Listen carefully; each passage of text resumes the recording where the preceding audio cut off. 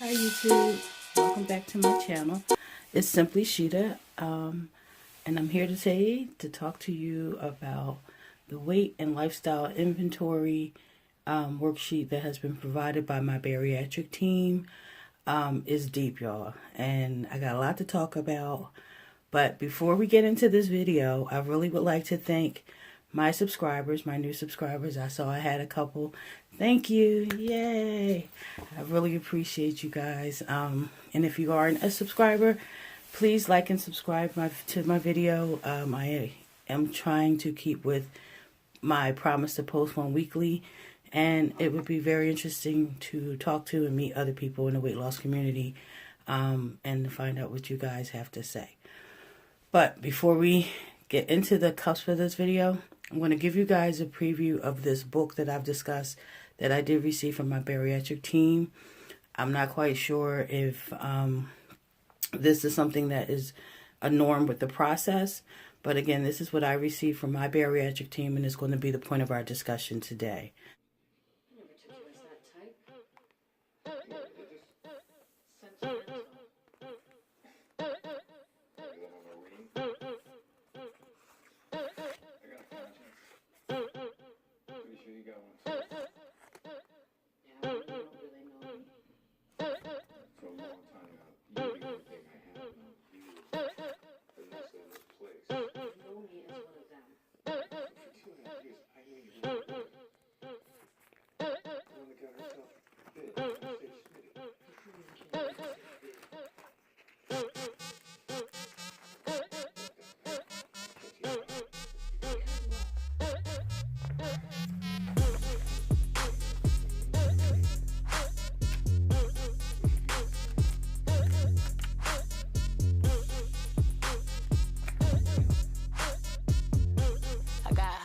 In my bag, swag.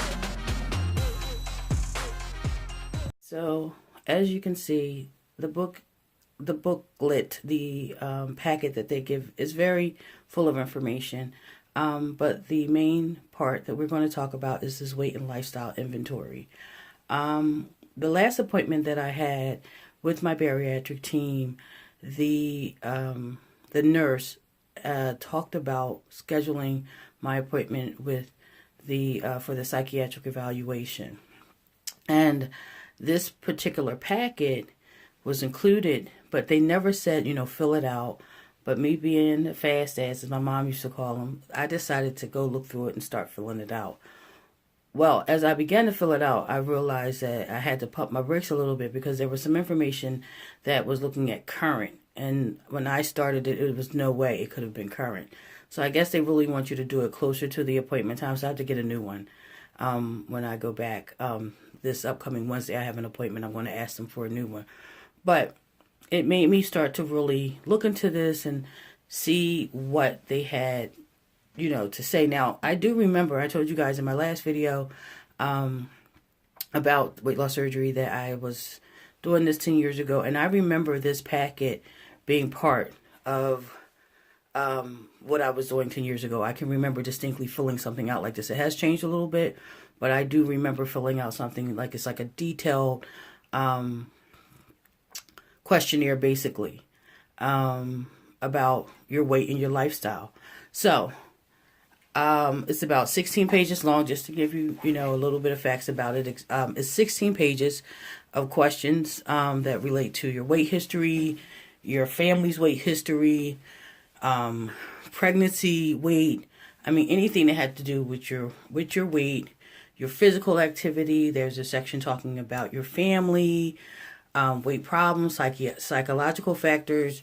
They want to know what's coming, what's going on as far as the timing, as far as I guess currently in your life. And they want to know ways that you prepare for surgery. And it's very detailed. Most of the questions are based on a numbering system or a lettering system or multiple choice. There are a few things you have to fill out, but it's kind of heavy because it forces you to really start thinking about things. And that's what it forced me to do. It forced me to really, really ask myself some questions that not that I have been avoiding, but I just hadn't been thinking about, because you don't think about gaining weight. You don't think about, well, what was I like during this time, and then being someone that never liked to weigh myself, I never was aware, or I could never recall, say, when I was pregnant with my oldest daughter 28 years ago, I could not recall what I weighed then. I don't know. Now, don't get me wrong, I go to the doctors every year. I go for a physical. I make sure I get a mammogram because I'm over 40. And the bottom line is I am very serious about my health in a sense of taking care of it and monitoring. So if something is wrong, they can get it fixed. I've just been blessed to not have a lot wrong outside of my thyroid. So I have actually been weighed every year forever, but most of the time, if the scale wasn't coming down, I wasn't paying attention because it was just like, I didn't want to face it. I would get on and be like, there must be that kind of thing if I noticed that it went up, because unless I was really doing something to try to lose weight, I really wasn't paying attention to my weight. I was too busy paying attention to other things in life. So, sad to say, but that's what happens when you don't put yourself first. Also, I never owned a scale. I can see the benefit of owning a scale today because if you gain that 10, 20 pounds, and it's kind of quicker to get a hold of it, rather than a year out, the next thing you know, that 10 pounds come 20 pounds or whatever. So I can see the benefit of owning a scale today, but I never owned a scale. Matter of fact, I still don't own the scale. The scale that I have, my daughter bought, and she bought home when she came home from college. But I never was a person to own a scale to monitor my weight like that. So yeah, it's a lot. So one of the things that I wanted to talk about, without really going into each question of the survey or questionnaire, I just wanted to touch base on some of the things that kind of really stood out. Like I said, the thing with your weight history, that's difficult for me. It will be a lot of guesses because I can remember only small things. Like I can remember being the first kid. I can remember getting on the scale. I think I was maybe in the second or the third grade, and I weighed 99 pounds. And I was like the biggest kid.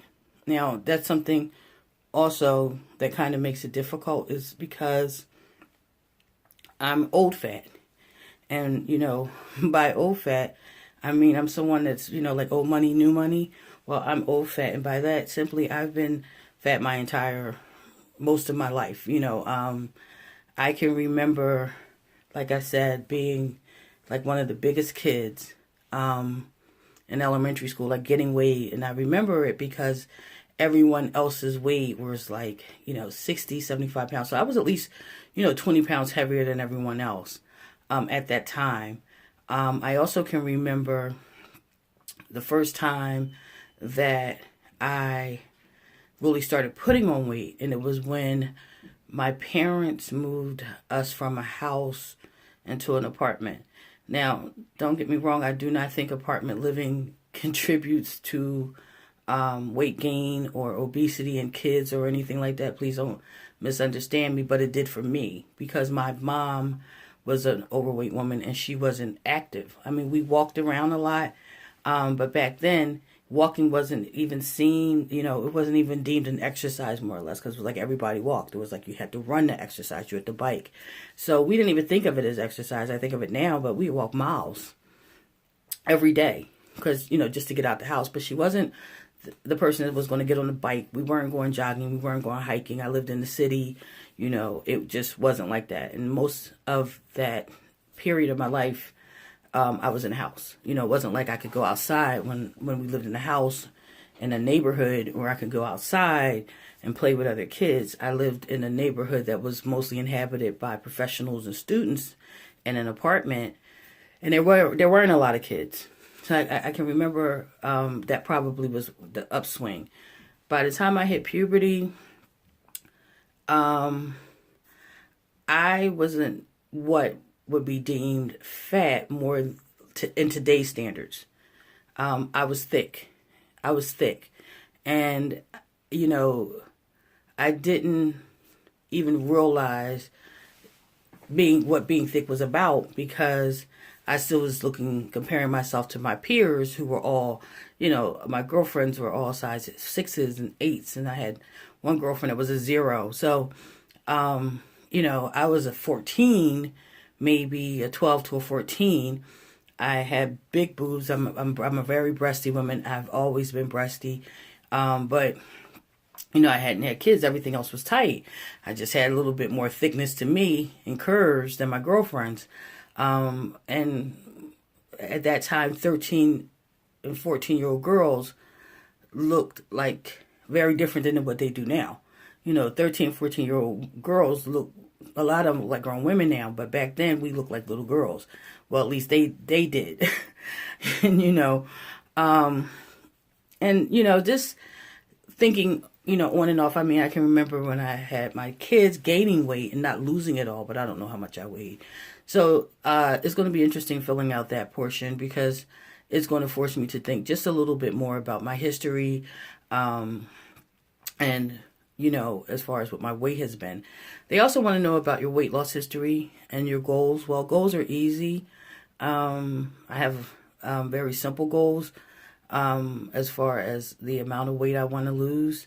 I think that my goals are going to be more focused on how I feel and the way my clothes fit more than the number on the scale. I contend that because of the way I'm built. I am not, I'm 5'7.5", and I am not a small frame woman. I'm a large frame woman. You can tell from my shoulders. I am a very large frame woman. And my family is full of large frame people. I'm not saying everyone is obese or fat, but we have large frame people. We're tall. So I don't feel like I personally will look good at a certain size. I don't want to lose my curves. Again, I'm busty. If I get too small, I'm going to be looking top heavy and uneven. For me, my goal is to feel better, to be healthier, to carry less weight, and to feel better about myself. But the number is not really as important to me right now. My doctor gave me a number goal he would like me to see. He said 110 pounds, which when he said it, I was like, okay, like, damn, okay.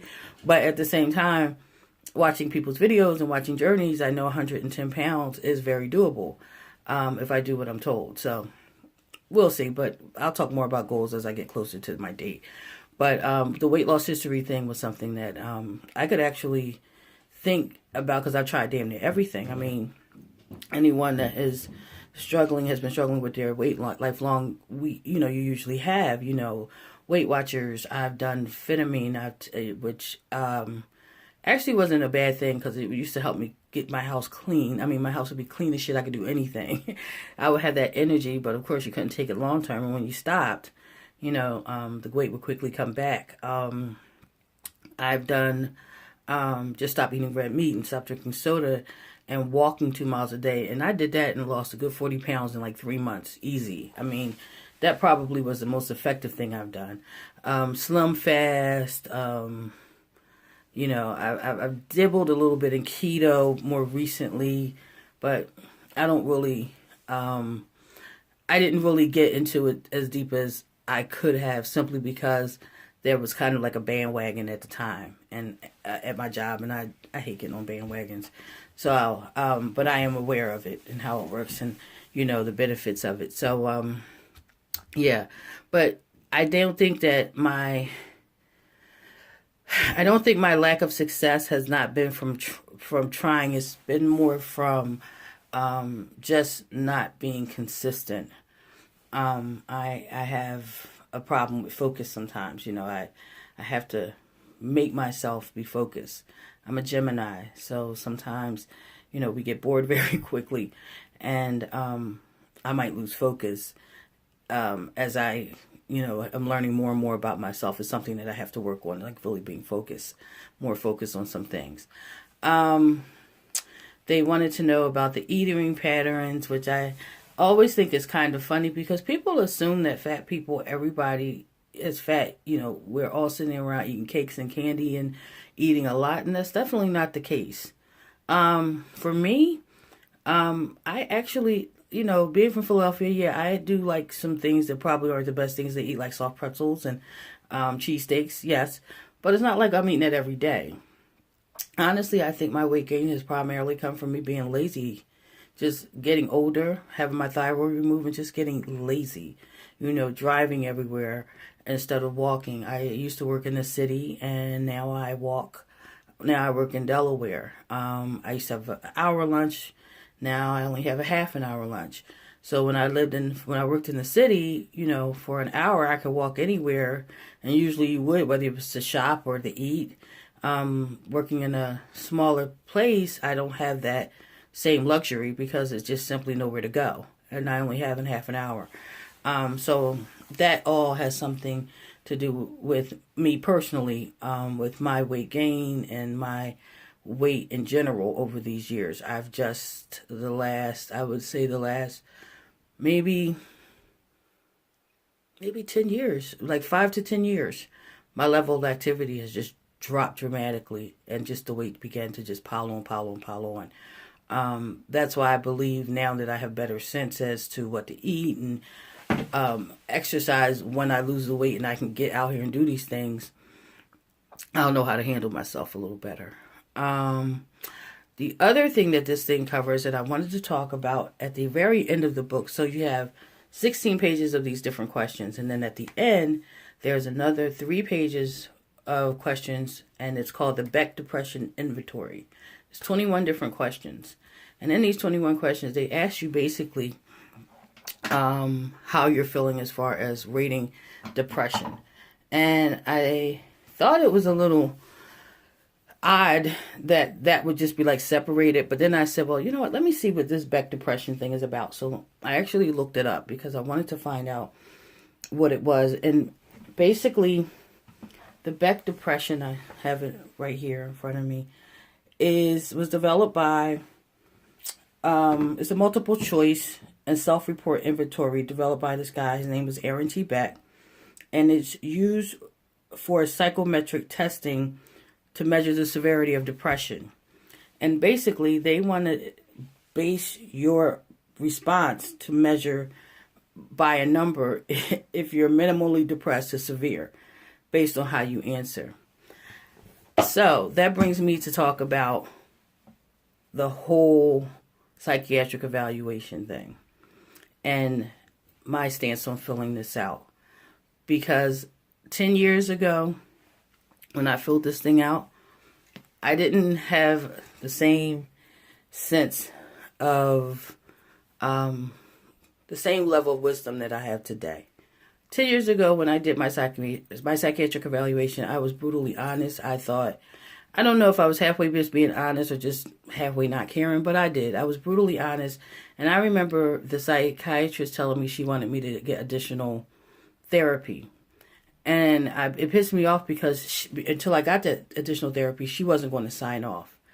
So I decided this time around to be a little bit more discreet about how I answer. And the reason why I say this is because everybody handles things differently.